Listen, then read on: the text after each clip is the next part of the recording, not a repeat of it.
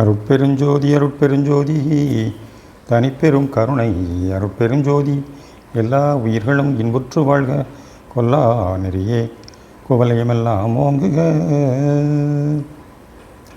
திருவருட்பிரகாச வள்ளற்பெருமான் மனித குலத்திற்கு வகுத்தளித்த சுத்த சன்மார்க்க நெறியினை தமது நூல்களின் வாயிலாகவும் சொற்பொழிவுகள் வாயிலாகவும் இலகுவாக அனைவரும் புரிந்து கொள்ளும் வண்ணம் வெளியிட்டவர்தான் திண்டுக்கல் சுவாமி சரவணானந்தா அவர்கள் தயா விளக்கமாலை என்ற ஒரு பதிகத்திற்கு ஒவ்வொரு பாவாரியாக சொற்பொழிவு நிகழ்த்தியுள்ளார்கள். இன்றைய நாளிலே தயவு வாழ்வு 74வது பாடலுக்கு 19/7/1982 நாளிலே அவர்கள் ஆற்றிய சொற்பொழிவு ஒலிவடிவிலே அன்பர்களின் தகவலுக்காக தரப்படுகின்றது. இன்று 74வது பாடலே தொடர்கின்றது. இப்பாடலில் மேலும் சில விளக்கங்களை காண்போம்.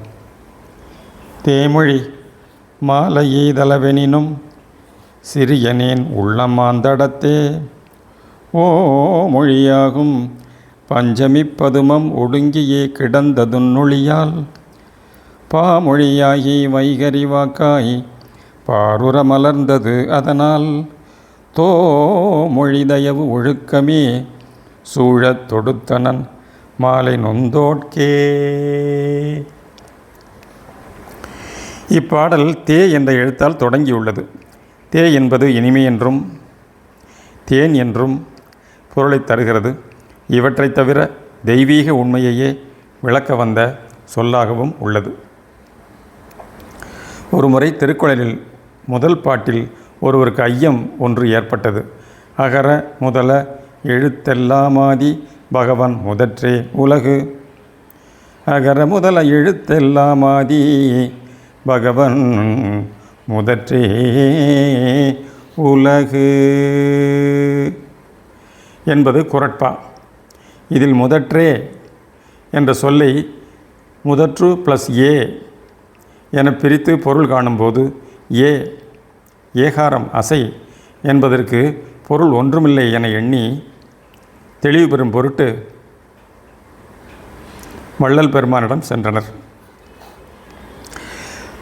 அவர் முதற்றே என்ற சொல்லை முதல் ப்ளஸ் தே என கொண்டால் பொருளை உணரலாம் என கூறி பொருளையும் விளக்கினார்.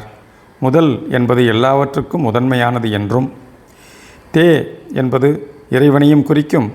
எனவே முதல் தே என்பது எல்லாம் வல்ல இறைவனையே குறிக்கும் என்று விளக்கினார். தே என்பது தேயு வண்ண ஜோதிமயமான இறைவனையே உணர்த்துவதாக உள்ளது. இங்கு தேமொழி மாலை எய்தளவெனினும் என்று குறிக்கப்படுகின்றது.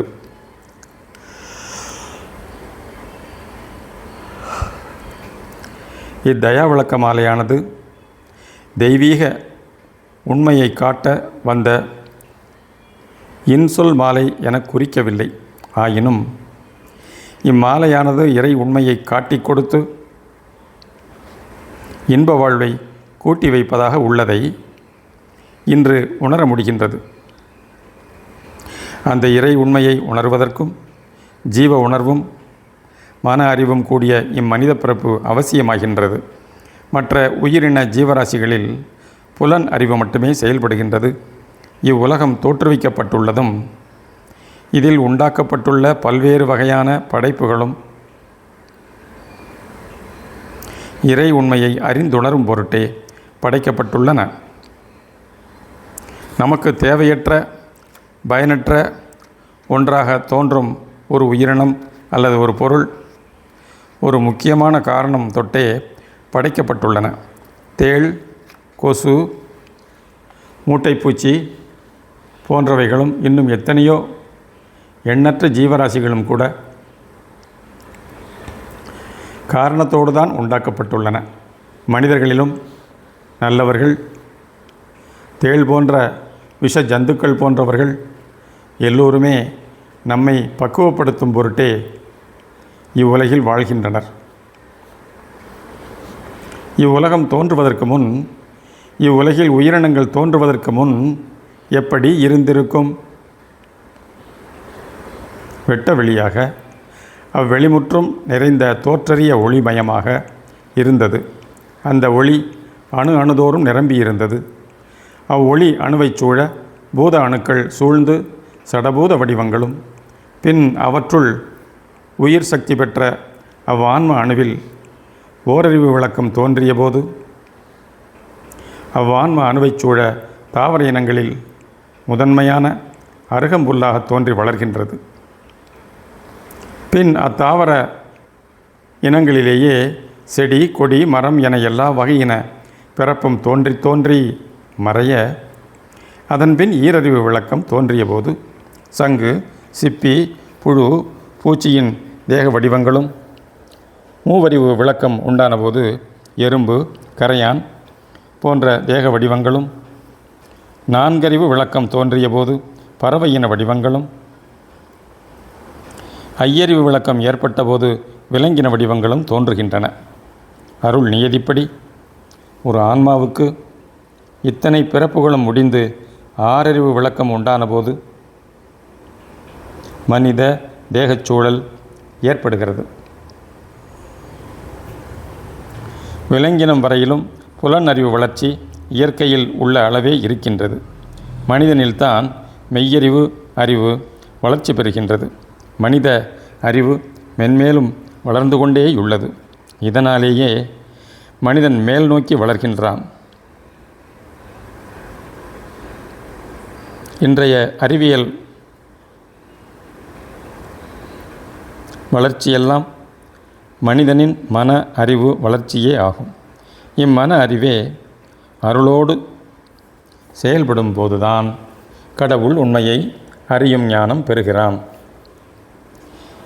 இவ்வாறு கடவுள் உண்மையை அறியும் ஞானம் ஆதியிலேயே அணுவாக இருந்தபோதே அவ்வணுவகத்தே அமைக்கப்பட்டுள்ளது. அது பக்குவகாலம் அடையும் போது வெளிப்பட்டு விளங்குகிறது. எப்படியெனில் தாமரை விதை ஒன்றை எடுத்துக்கொள்வோம். உதாரணமாக சுமார் 2000 ஆண்டுகளுக்கு முன் புத்தர் வாழ்ந்த காலத்தில் இருந்த தாமரை விதை ஒன்று கிடைத்தது. அத்தாமரை விதையானது முளைக்குமா என்பதை பரிசோதித்து அறிய விரும்பினர். அதற்கு அத்தாமரை விதையை தண்ணீரில் போட்டு வைத்தால் முளைத்து விடாது. களிமண்ணை உருண்டையாக்கி அதன் நடுவில் தாமரை விதையை வைத்து அதனை அப்படியே ஒரு குளத்தில் போட வேண்டும். அப்படி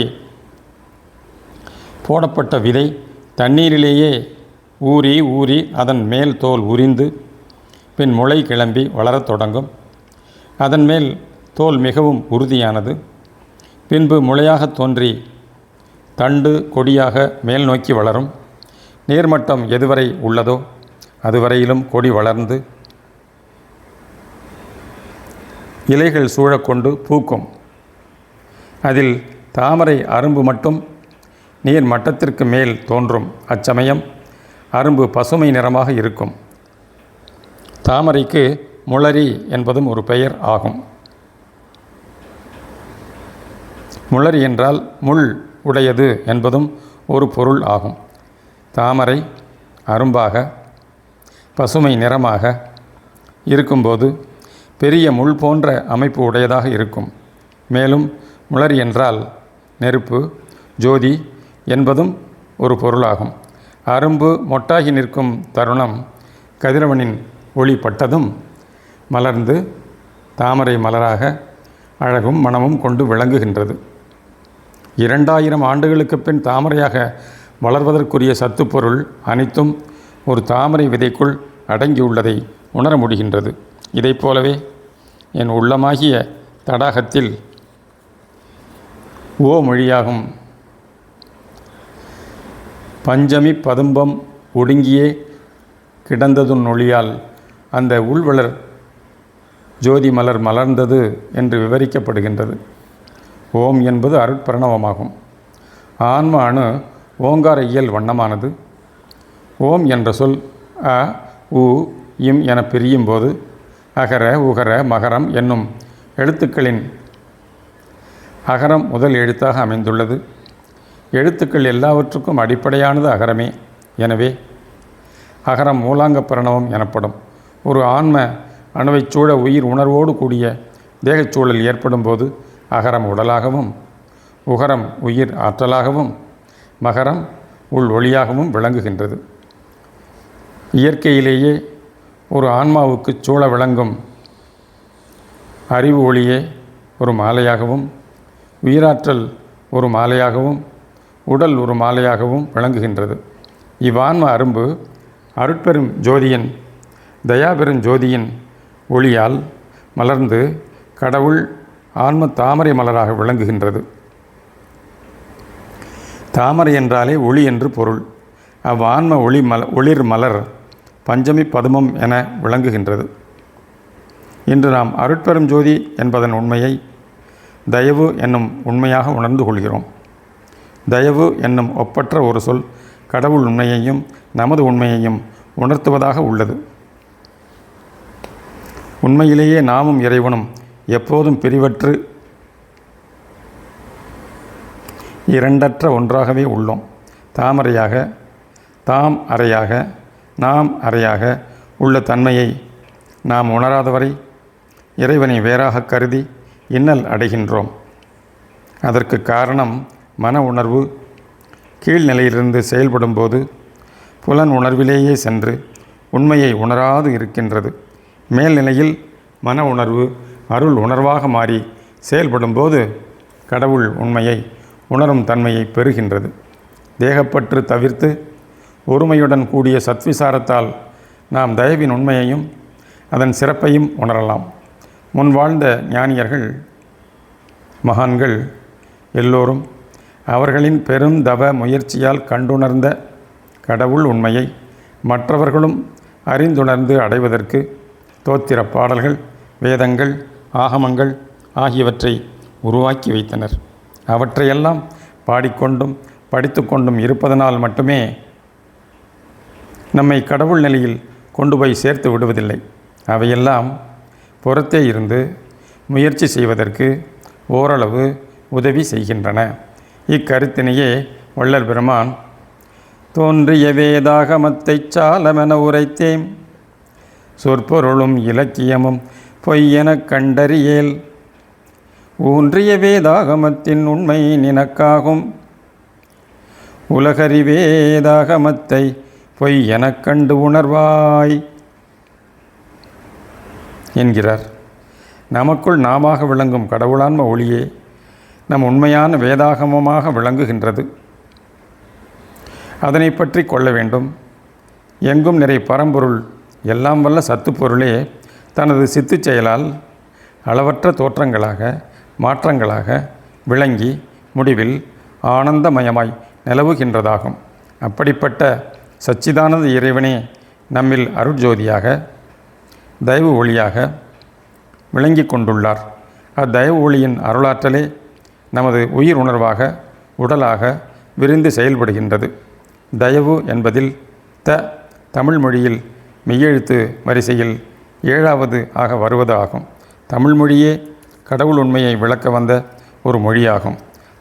என்பது உயிர்மெய் வரிசையில் 7வது எழுத்து ஆகும்.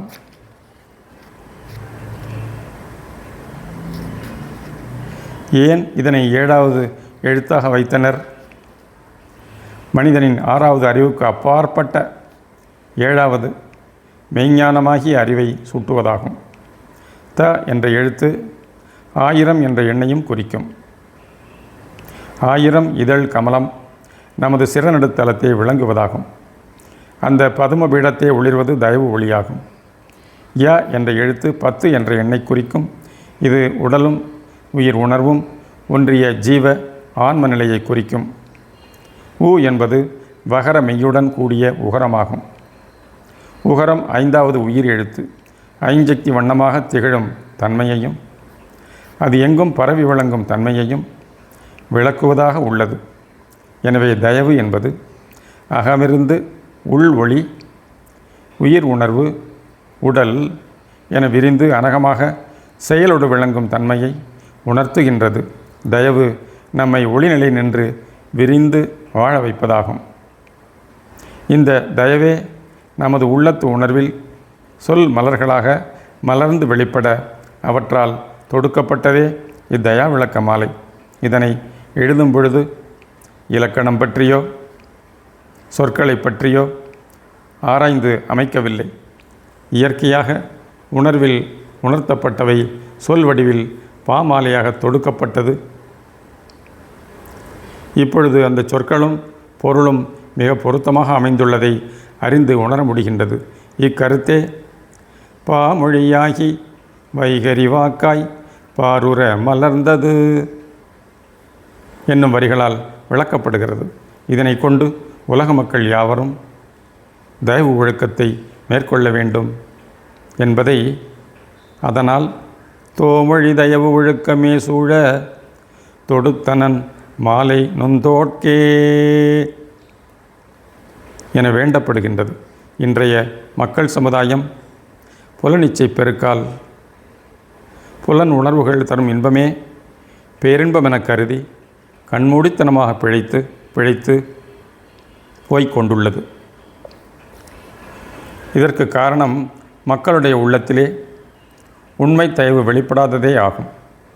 மனிதனின் அறிவு வளர்ச்சி விஞ்ஞான விந்தைகளாக மலர்ந்து விளங்கினாலும் தயவு உணர்வு இல்லாத காரணத்தால் மெய்ஞானம் வெளிப்பட்டு விளங்காமல் அளவற்ற அல்லல்களில் சிக்கி தவிக்கின்றது. கோடிக்கணக்கான பொருட்செலவில் குடும்ப கட்டுப்பாடு என்னும் சீரிய திட்டங்களை செயல்படுத்தியும் மக்கட்தொகை பெருக்கம் கட்டுக்கடங்காமல் பெருகி வருகின்றது. இயற்கை வளங்களையெல்லாம் மனிதன் வேண்டிய அளவு அனுபவித்தும் அவனது தேவைகள் நிறைவு பெறவில்லை.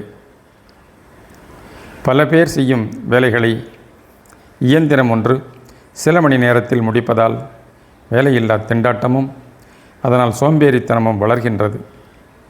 வேலை செய்யாத மனிதனின் மனம் பல தீய வழிகளில் சென்று அவனது வாழ்வையே கெடுத்து விடுகின்றது. இத்தனை கேடுகளையும் நீக்க வல்லது தயவு ஒன்றே.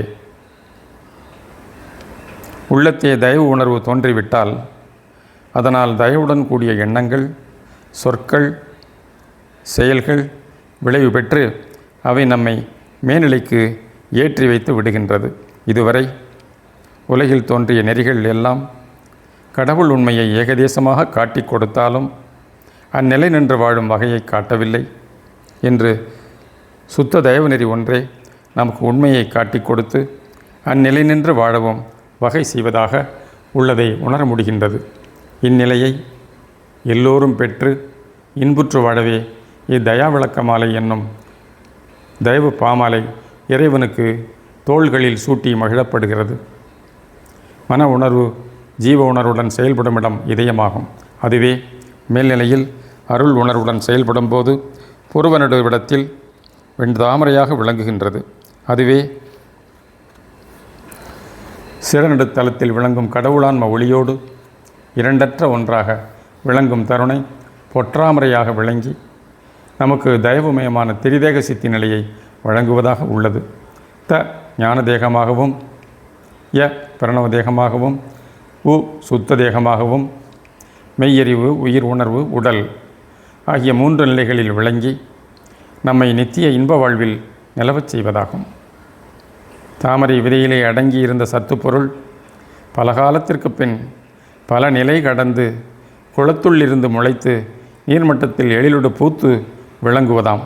இதுபோலத்தான் ஆன்மாவின்கண் அடங்கி கிடந்த இறை பரம்பொருளின் உண்மையெல்லாம் மனித பிறப்பில் சிறநடு குளத்தே இருந்து விளைவு கொண்டுள்ளது.